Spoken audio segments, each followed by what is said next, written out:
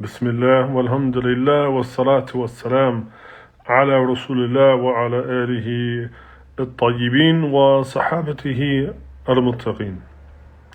So, I recently received as a gift from a good friend of mine in Saudi who picked up some books and sent them to me. As he said, next time you want some books, please get ones that are actually still in circulation and are not in caves. And so I was reading from the introduction to this book on Uṣūl al-Fiqh by the modern Egyptian scholar, Imam Muḥammad Abū Zahrah. And what really struck me actually just in the introduction by essentially the editor, right, Muhammad al-Khudri. And so he writes, and this is in relation to the title, right? This idea of like the kind of cowardice of modern academics, even modern, many modern, not all, right? I don't want to slap everybody with this brush, but still there is a kind of cowardly strain of thought in a lot of modern so-called Muslim Western academic work. And there's just a line in this that really struck me. And so he writes, Imam Muḥammad Abū Zahrah, Ghana al-Ta'rif, right? So Muḥammad Abū Zahrah, the author of the book, who needs no introduction, إِذْ لَا يَخْتَلِفْ إِثْنَاءَ عَلَى أَنَّهُ كَانَ إِمَامَ عَصْرِهِ بِلَا مَنَازِعٍ. And so that he said, well, there's no two that will disagree that he was the undisputed imam of his age. ولكن من حقه علينا ومن حق قارئه أن نصدر عنه كلمات, right? So that what our the obligation upon us and to the reader is that we should write a few lines. ولو في أسرة قليلة تشير إلى نشأة تلك الإمام, right? So we need, he said we have an obligation before getting into the meat and potatoes of the book, just to say a few words about how he grew up, rahmatullahi alayh. And so he says, what الجو الذي ولد فيه والمواقف الشجاعة في الإصلاح الاجتماعي والإسلامي. And of those few words, he said, well, we have to say something about the atmosphere or the environment that he was born into, as well as al-mawaqif al-shuja'a, right? The brave stances that he took on things, particularly as it relates to what he says, al-islah al-ijtima'i, right? So like kind of social reforms, right? Wa islami, and so-called Islamic, reforms. And he says, walau ada, and this is the part, the kicker here at the end, right? He says, walau ada الأمر إلى الوقوف ضد اتجاهات السلطان. And he said, we're going to do this and talk about those things, even though it may go against the agenda of the Sultan.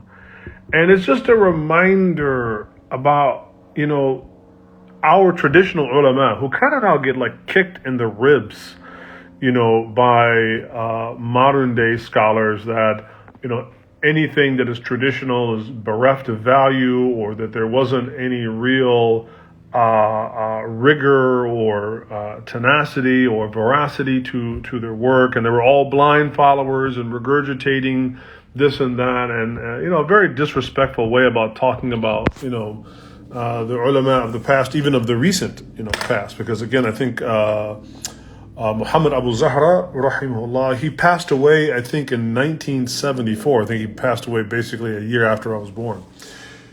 And so this shows us, like, man, the bravery involved, not only of the imam who, as you said, took these very brave stances on certain positions, but even the editor of the book is like, I'm going to talk about this, right? Even though it's going to really tick off the folks in charge. And we sometimes forget, in the Muslim world for a long time now, the kind of risks and gains that the scholars would have to take simply to proclaim Islam, to teach Islam, and to use Islam as a means to guide the societies in which they lived in, because indeed those people who are in control if not to control religion, they often will want to do away with it. And so I was just really struck, like, wow. I mean, this dude is talking about,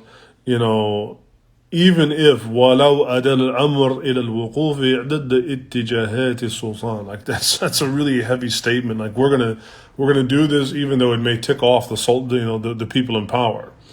And so it's just a reminder again to have some deference and respect. And it's also kind of to call out a lot of these so-called Western Muslim academics who like to take cheap shots at the tradition and the scholars of our tradition and throw them under the bus and mock them and berate them, when all that they're doing is just simply spinning out gobbledygook to earn a paycheck, particularly when they know that they would never be able to have what it takes to pass mustard, as we would say. It wouldn't cut the mustard right in the Muslim world or in any traditional, even here in America, but in a traditional Muslim setting, whether it would be through their knowledge of Arabic or the traditional sciences or whatnot, like it wouldn't cut mustard. They're only able to do this nonsense in a secular academic setting in which non-Muslims are the ones who are the sultan.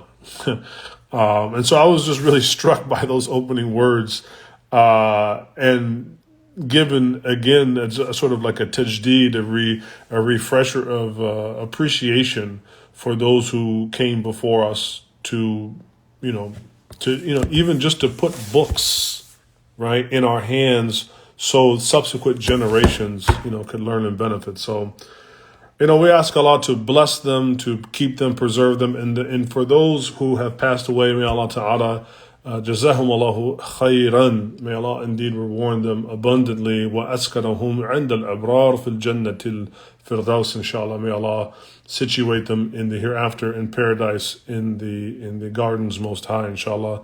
Wa salawatullahi ta'ala ala nabiyhi al-kareem wa ala alihi wa ashabihi ajma'in.